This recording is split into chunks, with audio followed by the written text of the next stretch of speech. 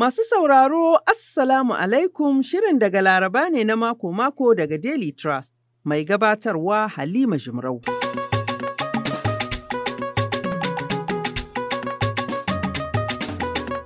Anya kuwa an san irin manuhohi na ƙarƙashin ƙasa da ƙungiyoyin agaji masu zaman kansu suke shiga ƙasashe masu tasowa da su? Yawanci irin waɗannan ƙungiyoyi wanda ba na gwamnati masu zaman kansu da suke na ƙasashen waje suna ta'allaka ayyukansu ne da manufofin ƙasashen da suke wakilta.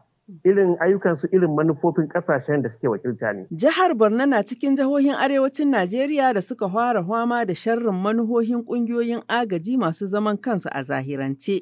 NGO za ta zo da alheri 8, amma guda 7 ɗin duk akwai mummunan sharri a ciki. Kai namiji kana malamin firamare school kana aiki a local government, ana biyan ka naira 20,000, 25,000. Ina za ka iko a gidanka? Wata matar ma zana maka dokoki za ta yi a gida.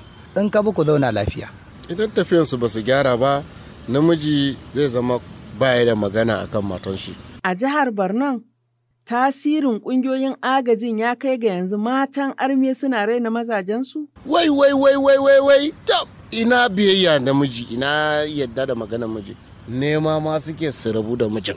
Because yanzu sun samu tallafin da NGO yana basu ya fi ma abin da mijinsu yake basu. Shi yasa ana samun mace-macen aure da yawa da rashin zaman lafiya a tsakanin mawa. Kowace irin illa waɗannan ƙungiyoyin agaji za su iya yi ma al'umma idan suka ci gaba da yaɗa manuhohinsu? Za a wayi gari maza ba su da control, ba su da tasiri akan mata, kuma 'ya'ya za su fi ganin kima da girma da sauraron iyayensu mata fiye da maza. Namiji ya zama su kaya kenan. Za a wayi gari watakila mace in ba hankali ba ta ce mata da iko ta saki mijinta kuma ta auri wanda take so ta aura. Anya akwai mahita?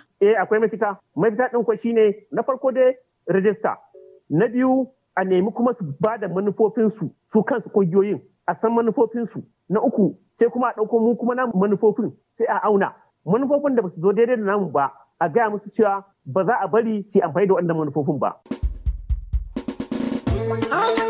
Mata na ban tsoro, in ka yarda da su yi mahoro.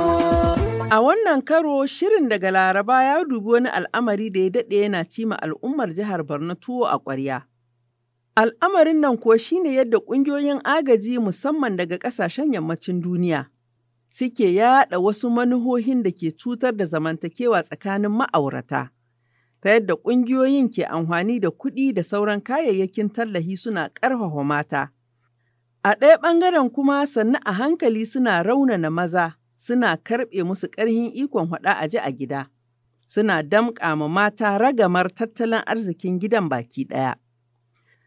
A cikin shirin mun duba illolin wannan manuwa ta ƙungiyoyin agaji ga zamantakewar arme da tarbiyyar 'ya'ya da kuma makomar al'ummar jihar Borno baki ɗaya. Sannan kuma mun nemo mahita, ku biyo shirin ku ji irin wainar da ake toyawa. Haka aka yi da mu, maza sun zama mata kamar kura, suka tsaya waje amma kan nasu yayo kamar kura. Comrade Lucy D. Yunana, 'yar gwagwarmaya ce da fafutukar kare hakkokin mata da yara a garin Maiduguri. Mun tattauna da ita kuma ta haɗu wasu abubuwan da ke faruwa da sunan agaji da tallahi. An ce yanzu da yawa NGOs sun fi son ɗaukan mata aiki, haka ne?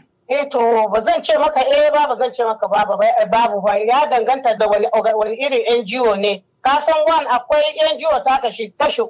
Akwai UN, akwai INGO, don kuma akwai National NGOs. Kuma ya kaga dai idan har NGO na mata ne da yake aiki na akan mata ne. Mafi yawan mata za su yi aiki tare da ni. Mace ba za ta yarda namiji ya je na mata magana ta san ya ta bude mishi sirri cewa ai ga yanda abin ya faru ba. An ce suna yi wa mata albashi mai kyau yadda sai ki ga mata suna iya ɗaukan ɗawainiyar gidansu su tallafi mazajensu sosai wadda daga baya sai ki ga kaman nauyin gidan ya dawo kan matan ya bar kan maza. Haka ne? To, ka san kowa da gidan shi Malam Awal. In na faɗi magana ya zama lallai magana da na faɗa daidai ne. Yanzu a zaman yadda yanayin ƙasa take, mafi yawan mata suke ɗaukan ɗawainiyan gida. Domin kowa an san abin da ya sami ibtilali da ya sami mutanen Maiduguri, wayansu mazaje ba su da ayyukan yi, wayansu kuma sun haɗe zukatansu ba su da self-esteem da ya kamata cewa ya ɗauki responsibility ɗin shi a zama namiji da yake ya ga matarsa tana da abun yi kuma shi sai ya zauna kawai yana zaune baya yin wani aiki. Ka gane magana na. Ina fahimta ki. Irin su da yawa NGO ya sa wayansu maza sun haɗe ba su da zuciya. Sai ga san talele mutum kawai ko kuma yana na kawai yana roko ko kuma yana zaune cewa a tunda matar tana aiki a NGO ai ni na da abu nan wanda bai dace ba. Kina ganin me hakan zai haifar nan gaba? Matan sun karɓi ragamar gida maza kuma sun kashe zuciyarsu to sai ya zama matan kuma sun rena mazajen. Me zai faru nan gaba idan aka ci gaba da rayuwa a haka? Ba zai yi kyau mana ba. Ka gani ni na gaya maka kamar yadda nake gaya maka cewa akwai wani abun da ma yake damuna da na taba zuwa na je a rana ɗaya na ga cewa ana auren kati. Ka ce me menene auren kati? Menene auren kati? Yawwa na mace ne kuma ita da yake ita household ne ana ba tana da katin da za a ba ta na abinci sai ka ga samare sun fito maza wanda sun kashe zuciyarsu kamar yadda ka faɗi sai su zo suna neman ta da aure kuma wannan auren katin za a tashi ɗaurawa ai muna yin aure ko juma'a ko asabar in dai har matan ta yarda cewa za ka ga tana da masoya domin katin nan ya samu inda zai dinga cin abinci na banza. Kuma ga 'yan matan da sun isa auren da ya kamata maza a ji a neme su ba za a ji a nema ba. A wannan ko kuma dama mijinta baya nan da rai ko kuma kashe so da yake NGO suna tallafa mata sai ga cewa tana da samare bazaurai suna zuwa gurin ta cewa don za su daura mata aure. Akwai rinda na taba tafiya wani local government wallahi malam awal na tashi da safe haka dinan zan dawo Maiduguri kawai sai daga ana kofan gida na dauka da su aka yi ranar Laraba ne sai ka ce mai auren kati ne to kamin bar garin don ni ma kawai ina son san yaya ne na zagaya ɗaya biyu na kirga ranar a gefen da nake auren shida za a yi duka auren kati kaga maza sun kashe zuciyarsu sun yadda values ɗinsu da ya kamata a ce namiji ya ɗauki ɗawainiya. To yanzu kin ga kenan a takaice mata sun karɓi ragaman abin da ya shafi tarbiyya ci gaba da sauran lura da al'amuran da suka shafi harkokin gida. Kwarai. To wace shawara zaki bai wa NGO irin ku da NGO da suke ɗaukan matan da su matan da kuma mazan baki ɗaya? Shawara da za ba mu koma abunmu na da akwai abubuwa da yawa da wayansu abubuwa tsare-tsare da wayansu NGO sun kawo ni ba na yin shi zan ce ba zan yi ba don wannan ya saba wa addini na ya kuma saba wa culture dina. Yawwa ina kira da babban murya wa iyayen mata har da maza din namiji ya ɗauki ragaman aikin gida domin tafiyar da yaron shi kadai wa mace ita kadai ba zai yi kyau ba. Za mu zo mu samu wata al'umma da yara ga suna sun zama karar zube kuma ba tarbiyya ba su san values ɗinmu ba su san cultures ɗinmu ba. Ko me yasa ƙungiyoyin agaji masu zaman kansu musamman ma na ƙasashen waje suke mai da hankali kan mata fiye da maza? Ina amfanin tallafa ma mata su kaɗai a yi watsi da maza? Masanin halayyar ɗan adam da zamantakewa Farfesa Sani Lawal Malumfashi na Jami'ar Bayero ta Kano ya yi cikakken bayani. Yawanci irin waɗannan ƙungiyoyi wanda ba na gwamnati masu zaman kansu da suke na ƙasashen waje suna ta'allaka ayyukansu ne da manufofin ƙasashen da suke wakilta. Irin ayyukansu irin manufofin ƙasashen da suke wakilta ne. Kuma yawanci manufofin ƙasashen waje musamman ƙasashen Turawa har da Amerika musamman da manufofi da suka shafi wato tallafawa al'umma da ƙoƙari a taimaka musu suna ƙoƙari su gane al'umma ne masu rauni. Kuma al'umman nan masu rauni sun hada da talakawa, sun hada da marayu, sun hada da wannan yaƙi ya kore su daga garuruwansu ko ƙauyukansu ko kuma biranensu, sun hada da gajiyayyu, sun hada da mata.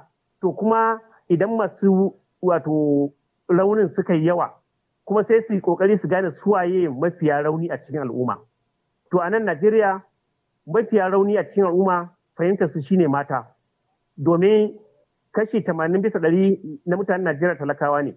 Kuma a cikin talakawan mata sun fi yawa a cikinsu su tunanin su kenan sannan kuma mata sun fi zama su ne suka fi kamuwa da matsala da ta shafi yaƙe-yaƙe musamman a arewa maso gabashin Najeriya mata su ake bari a gudu a bas da 'ya'ya mata su ne ake kashe musu maza a bas da marayu mata su ne suke samun matsala wajen ɗaukar aiki a kamfanoni masu zaman kansu ko kuma a hukumomi na gwamnati.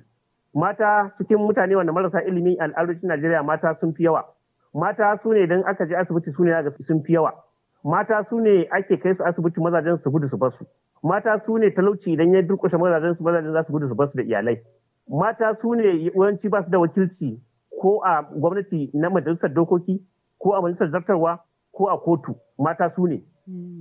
saboda haka sai suka fahimci a cikin mutane wanda suka fi tsananin rauni kuma mata ne, saboda haka sai suka karkatar da tunaninsu ga tallafawa mata. Tunanin a nan shine idan aka karfafa mace gwiwa aka inganta tattalin arzikinta, ita ba za ta gudu ta bar yaranta ba, kamar yadda mijinta ya gudu ya bata da yara, ita ba za ta gudu ta bar yara ba.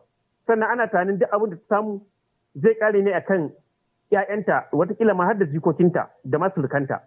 Kuma sai suka duba suka gani suka fahimci al'adar tamu ta nan arewacin Najeriya. Arewacin Najeriya na hada da arewa ta tsakiya da arewa maso yamma da arewa maso gabas ɗin ma gaba ɗaya. Sai suka fahimci cewa duk da yake mazan akwai masu rauni a cikin mazan, yawan mazan masu rauni ba su kai yawan mata masu rauni ba. Kuma idan suka tallafa namiji, a yau namiji yana kukan ba shi da abincin da zai ci, ba shi da gidan da zai kwana, ba shi da kuɗin da zai biya kuɗin makarantar 'ya'yan shi. Idan kika ɗauki misali naira 300 zuwa 400 kika ba namiji, me ya kwanye wannan abun idan ba a hankali ba zai je ɗauko wata sabo macen ne kuma, ya kuma ƙara wa kanshi wani nauyin, sannan kuma ya ƙara al'umma wani nauyin.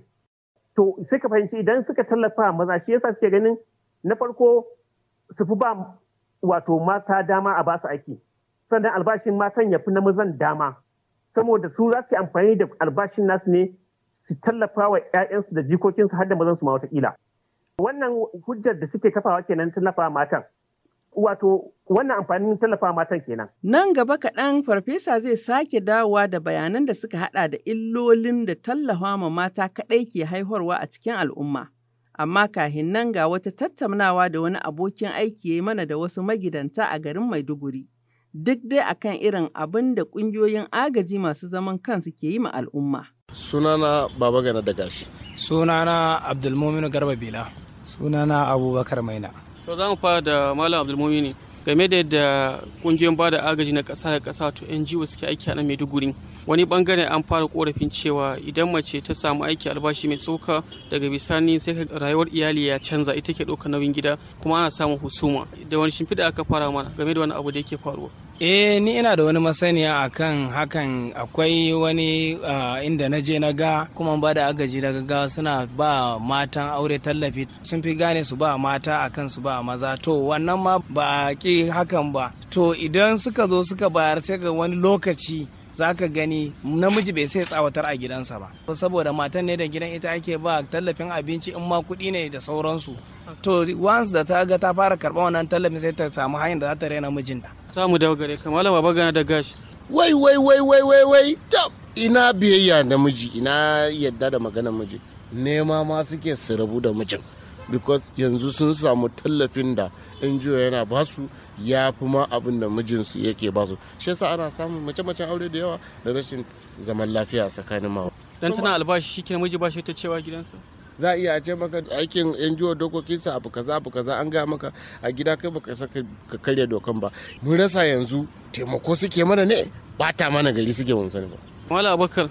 Maganar NGO nan ni wani abu da na fahimta dai farkon zan mutanen kasan ka ba mutum taimako ai ba wajibi bane a kowane irin addini kake. Mutum yana cikin matsala wannan